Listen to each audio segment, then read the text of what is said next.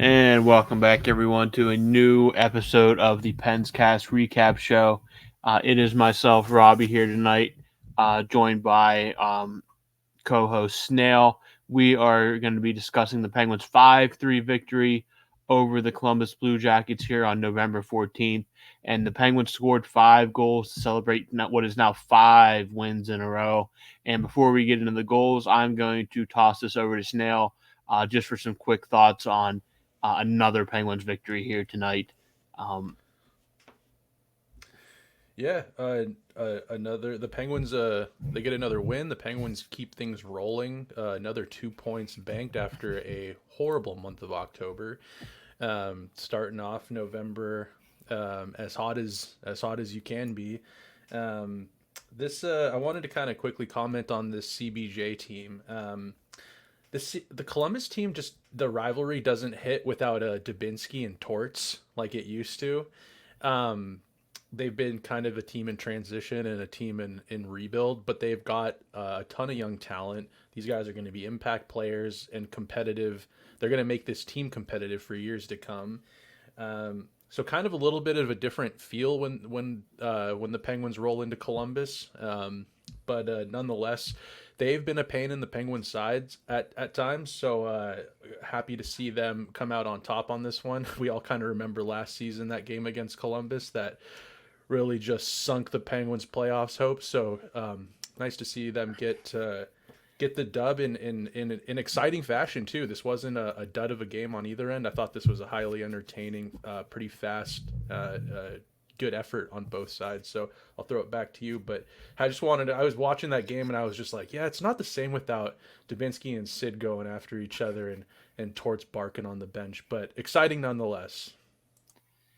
yeah, the Columbus Blue Jackets definitely a team in the rebuild process. Some exciting young players, but still maybe a year or two away from being a serious playoff threat, and they look to be back at the bottom of the Metro Division this year. And the Penguins get that fifth win of the season.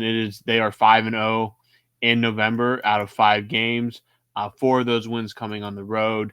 They are currently, as of this writing, or as of this recording, they are the hottest team in the NHL with those 5 wins in a row, and this is how they did it this evening in Columbus. Sidney Crosby, big night for him, but he gets the night started at 4:10 of the first period with his eighth of the year from Marcus Pettersson and Chris Letang.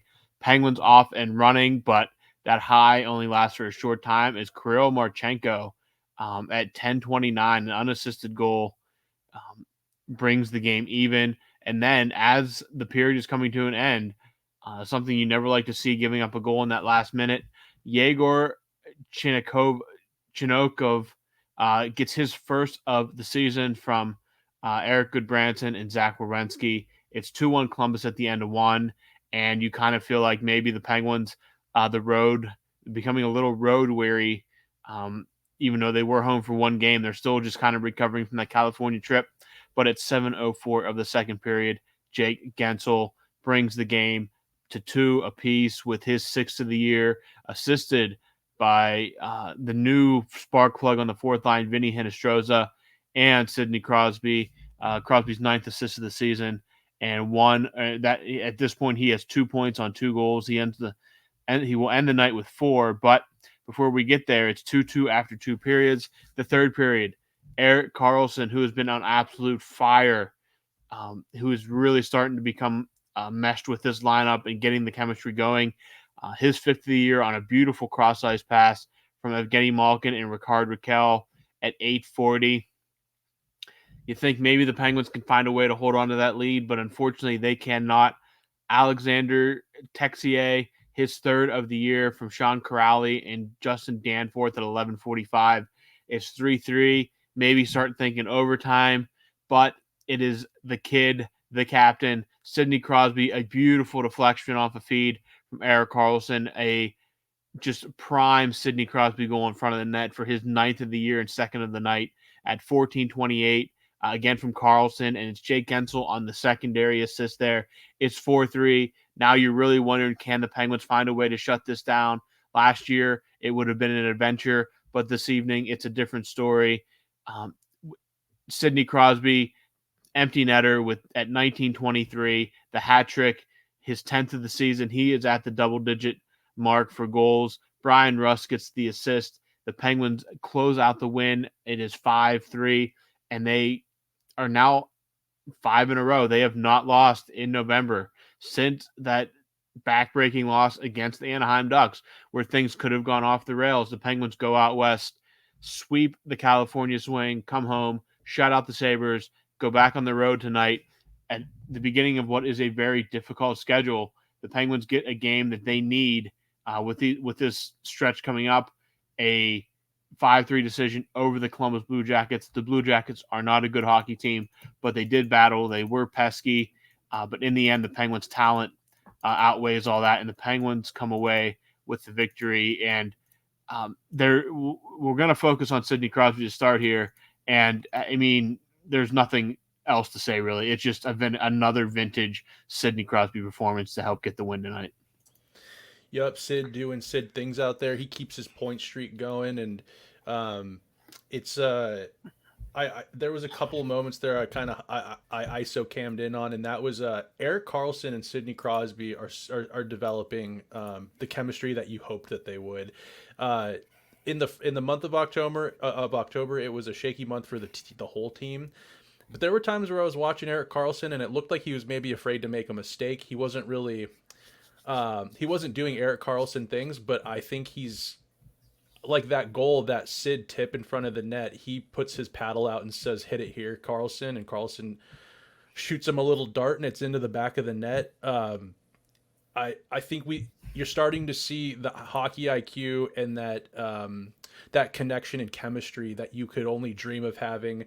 A player like Karlsson with a player like Sid, they can really play together. I think that's a big difference. In like Jake Gensel and Rust are kind of similar comparables, but Erik Karlsson is a superstar. It's Jake Gensel and Rust are, I would say, more of a blue collar player that complements Sid very well. Hockey IQ is there, as well as they're kind of no nonsense up and down, north and south type players. They can be creative. Erik Karlsson is a superstar, talent wise, hockey IQ wise, and you're starting to see the magic between those two kind of start to take off. And I think the sky's the limit from here. It's exciting to see as a Penguins fan. I think, like you had said, this upcoming the next couple of weeks here, there's going to be some tough hockey games, but I'm not sensing some of that tentativeness and that kind of nervous energy around the team when the going gets tough. This team has been able to bear down and stop mistakes from happening, and really utilize their stars to put them over the top against these teams that, I mean, before in October and even at the end of last year, just because they were a bad team like Columbus is, or like a Ducks team or San Jose, that did not mean we were walking away with 2 points. Now it kind of feels that confidence is there a little bit more. And these good teams that they're going to be playing, we kind of look forward to maybe as more as measuring sticks to see where the Penguins are really at. And it's not a matter of like, that the inconsistencies maybe before. It feels like this team's starting to take off in the direction that Dubas and Sully really envisioned for this year's squad. Yeah, I agree with that. I think, again, tonight felt like a game that could have gotten away from the Penguins. Again, they are road weary so far this month. This is their fourth road game out of 5 this month. They're still kind of recovering from the California trip. You still have jet lag you're trying to work off. You only got barely a day's rest before you were back on the ice against Buffalo. Now, it was nice you got 2 days off here. But now you come home again for 2 out of the next 3 at home, starting with Jersey on Thursday. But before we get into that, a point of and you mentioned about Erik Karlsson.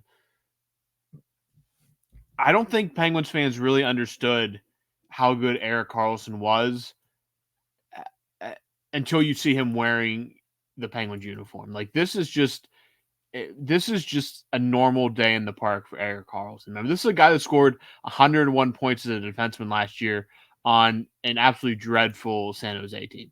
This is a guy that the plays that you're seeing him make, they look routine for a reason. The clapper he scored on tonight was just, I mean, the Malkin pass. it was great across the ice. I saw somebody put a tweet out and saying there's a big difference between a cross ice pass for an Erik Karlsson one timer than a cross ice pass for a Jeff Petrie one timer.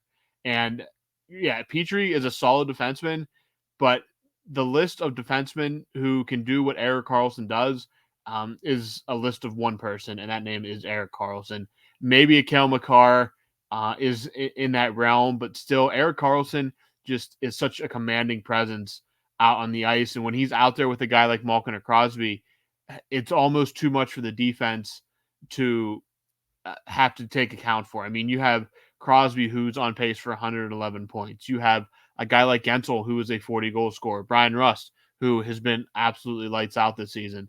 And then you throw out a guy like Karlsson, who can shoot and distribute the puck. An absolute nightmare for defenses to deal with. So a great showing by basically everyone tonight. There were some sloppy moments. It wasn't the perfect game, but a game like this, the Penguins lose last year, and tonight they find a way to get the job done. They give up the third period lead, but they don't give it up to the point where they end up losing. They bounce back, they get the go-ahead goal, and then they put the game on ice. And one thing before we start looking ahead, another big part tonight that we haven't touched on yet is the 4-for-4 on the penalty kill, especially after the Texier goal that brought the game even late in the third. They have to kill off one more penalty. They do so, and it gives them maybe a little momentum to get that fourth goal would end up being the game winner. But the power play was absolutely massive tonight, especially when you didn't get the opportunities yourself on the man advantage. The penalty kill really kind of evened that out and kept the Penguins in the game when it needed most. Absolutely, the penalty kill has been looking good, and I, I'm curious what you might think, Robbie, but it seems that some of these penalty kill woes, defensive end things, once they sat Carter and they stopped playing this weird game of putting him out for the face off and then get him to shuffle off the ice as quick as he can and worried about maybe him getting hemmed in his own zone, and you see Carter scooping the pucks out of Jari's crease. I mean, it just seems that it's hard not to, and I love Jeff Carter, honestly. Like, he's been the whipping boy here, but when we picked him up a couple years ago, he was phenomenal for the Penguins. He was exactly the pickup. It was a Hextall move, and we all know how things went with Hextall, but that was a good pickup by him. But right now, it seems that, I mean, he's a few years older, and the hill gets a little steeper the older you get. But since injecting Hinostroza into that fourth line, it just seems that we're not dancing around this glaring issue that is Jeff Carter. And I'm happy to see Sullivan not putting the lines in a blender. I think Sullivan, we all know Sullivan's stubborn. I like the way that Sullivan is managing this roster right now in the good times. I like that he's keeping Raquel on that second line, even though he's not scoring right now. He's not putting him on Sid's line to save him and get him his cookies. He's not putting him on the third line because Raquel isn't a third liner or a fourth liner. He's a top six player, and that third line's been good. He's keeping. I thought it was a classy move to put Carter in against LA. This is the last time he'll be playing in whatever they call it, crypto arena or whatever. I like the way that he's been managing this team. The stubbornness is still there, but he's making the moves that he needs to put the best team on the ice, which is something he's always preached. So anyways, with the penalty kill, I just wanted to say that it just seems that now that we're not dancing around the glaring issue that is Carter, things seem to be clicking a little bit more. I think Hinostroza is that perfect type of player for a Penguins team, this Penguins team's fourth line. Tenacity, speed. He has that creativity, I would say, also. Anyways, yeah, awesome job by the penalty kill, keeping things stable in front of Jari so he's not having to swim in his crease back there. Yeah, I have to agree. The Hinostroza seems to be exactly the jumpstart that fourth line needed. He is exactly the kind of guy that you want. He's chipped in a few goals since he's come over. He had an assist tonight.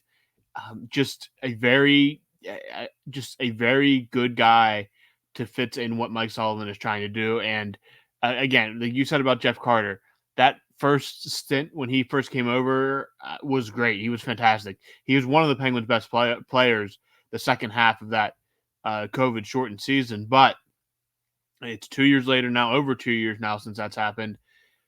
He's slowed down considerably. You don't really need it. You have four guys that can take draws now. You don't need him to take draws. Noel Achari can take that job. Drew O'Connor can be a fifth centerman if you need him to be. So getting Hinostroza out there has been such a bonus for this team. And unfortunately, yeah, I mean, he did get Carter that kind of swan song in LA, which was cool. But I think for the long term, you're gonna need to stick with Hinostroza. I know we kind of talked about a rotation kind of thing, but I think right now Vinny Hinostroza has well earned that roster spot, and he just needs to stay there until if he gets hurt, then we can talk. But I just think right now Achari, Nieto, and Hinostroza are your best option for the fourth line. Agreed. Yeah, he's fitting in like a glove, and he's that. I think he's a great soul. I think he's like a Sullivan type player. Fast on the wing, slippery maybe is a word I'd use to describe Hinostroza.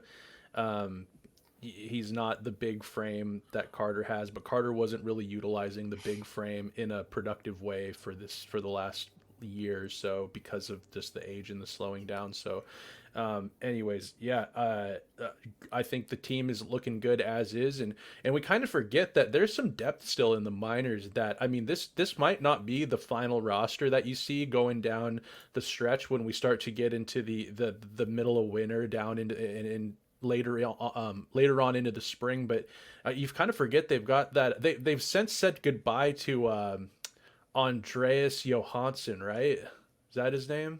Yes, Johan he went. They terminated his contract, terminated his and he went contract. back to Sweden. That's right. Um, they got that one guy that they picked up on waivers. He was on Florida last year. I think he went.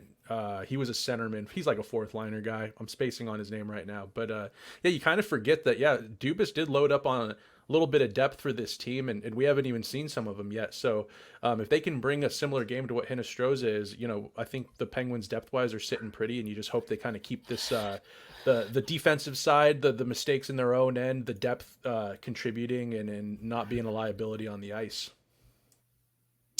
Yeah, absolutely agree there. So, looking ahead here, real quick, what's we got coming up the rest of this week? We get a day off on Wednesday, and then Thursday the Penguins return home for a game against the New Jersey Devils. And as much hype as we've given the Devils kind of here and in the mailbag this year, if this evening's results hold, the Penguins will enter that game actually a point above the New Jersey Devils in the standings. So again, they don't have Jack Hughes. It does not appear that he is going to be ready to go by Thursday. He might have to wait until the weekend, so the Penguins may get to avoid the Jack Hughes show on Thursday night. So yeah, again, if the Devils, again, we talked about it many times already this season. The Devils, if you're going to be a team that's battling for a playoff spot, maybe you're battling for third in the division.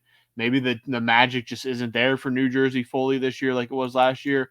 Another possible wild card team, but hey, again, any division game is a big game, even if it's whether it's Columbus or Carolina. You want to win those games. So um, a big division clash on Thursday. And then speaking of the Hurricanes, Saturday the 18th, they visit Carolina for the first time this year. It is the front end of a back to back. And that back to back is the Vegas Golden Knights on Sunday. It's a little earlier. It's a 6 o'clock puck drop, but the Penguins will be back in action on Sunday. Then again, it's a back to back weekend. So a lot of good hockey coming um, this weekend for you guys. But first, it is Jersey Thursday, Carolina Saturday, and the Golden Knights on Sunday. So again, very tough stretch rounding out this week, but the Penguins right now, the way they're playing, I think you got to at least be hopeful that they get some good results out of these tough three stretch of games here leading into Thanksgiving week. Absolutely, yeah. I mean, I think I'd maybe mentioned this a couple days ago, but this Jersey team, like you said, doesn't quite have the magic that they had last year. I think they're missing Jack Hughes, but I believe they're missing Heischer as well. So that's their Hmm. top two centermen out. That's a team that the Penguins should show no mercy to, and that's 2 points. It's a divisional game, or yeah, it's a divisional game. So leave no points on the table there. I think they should put the pin down and really try to get out of there with 2 points. And then Carolina, they're off to a shaky start as well. This isn't the Carolina of last year or the year before. They're looking, they're nothing to that. They're still dangerous. They still have a lot of the same weapons that they've always had, but just not coming out with that same heat that they kind of typically do, and not looking as dangerous. So I think that'll be a good measuring stick team for the Penguins as well right now. And then Vegas is a complete wagon. They are coming off of a Stanley Cup championship, and they are looking no worse for wear. That'll be an interesting game. Penguins, this is a not the Knights. I mean, they're a skilled but heavy team, and that's one they could take a chunk out of you. So it'll be an interesting week to say the least, and I'm excited for this weekend. Love a back to back. Got something to. Especially during the weekend, I love it. Yeah. It's the winter time. Winter's upon us. It's soggy outside. Not doing much out recreationally, anyways. So nothing like sitting on the couch marinating, watching some Penguins hockey, especially when they're on a heater like they are right now. And if anything, I think that Vegas game will be just a great measuring stick. Whether, like, again, you're not going to win the cup if you beat them or anything. Obviously, it's not, but a great measuring stick for where are they? Especially if the Penguins, say the Penguins do beat New Jersey and Carolina, they go in there on a 7-game heater, but this Vegas is going to be one of the best teams you play all year. And I think it's just an absolutely great measuring stick, regardless of basically anything else, regardless of what result you get in these next 2 games. A tremendous game to kind of stack yourself up against the one of the best in the business right now. So I think Sunday, again, yeah, it's coming off a back-to-back. It's not ideal, especially when you're on the road the night before, but everybody has nights like everybody has schedule quirks like that. So it all evens out in the end. But I think in the end, a great, great measuring stick for where this team's at early in the season is that Vegas game on Sunday. Absolutely. And it's kind of like the clashing of, like, I would say almost like two different styles that are seemingly working really well for each of these clubs. You have a team like Vegas that I mentioned was big and heavy on defense, and they kind of suffocate you, but they do have the high end skill, pretty big team stature wise. And then you have a team like a slippery, skilled, fast, relentless forechecking team. And the Penguins, this is really kind of the clashing of two totally different styles of hockey, and it'll be a good game. We hope for an entertaining game at least, but it'll be a good game. It'll be a good viewing to see kind of who comes out on top of that, and like you had said, a measuring stick for sure. This is a team that won the Stanley Cup and is looking to repeat. And right now, how can you count them out for that race? And the Penguins are looking just to get back into the playoffs, but this Vegas team is going to be a test for sure, and I'm circling that one on my calendar. Penguins will be coming off the back to back, so they'll probably be a little. I mean, they're probably already fatigued at this point, so we'll see how things go. But looking forward to this upcoming weekend and Turkey Day. Is that this week or next week? It's the 23rd, so they have 4 games between now and Thanksgiving. So 4 games before that classic American Thanksgiving. that be the only one that counts, baby. um, but okay, so Snail, if you don't have anything else, I don't really have anything else tonight. No, I'll just wrap this up saying, hey, that's a big win there in Columbus. Again, Blue Jackets aren't great, but if you want to be a team in the playoffs, those are the kind of games you have to win. 100% good effort by the Penguins not to fall into those bad habits that we've kind of seen, and to get those everyone's gripping the stick a little too tight, a little bit shaky when they're putting the pedal down against them. So you love to see it, and we'll move on, and looking forward to the next few games here. And with that, we will put a cap on this one. The Penguins 5-3 victors in Columbus against the Blue Jackets. Sidney Crosby with the hat trick, game winner, all that fun stuff. As he remains on fire, Erik Karlsson remains on fire. The Penguins 5-0 in November, and right back in the thick of things now at 8-6-0. And we will talk to you again on Thursday night after the Penguins take on the Devils at PPG Paints Arena. So for Snail, I am Robbie. We will talk to you later this week. Thanks, everyone.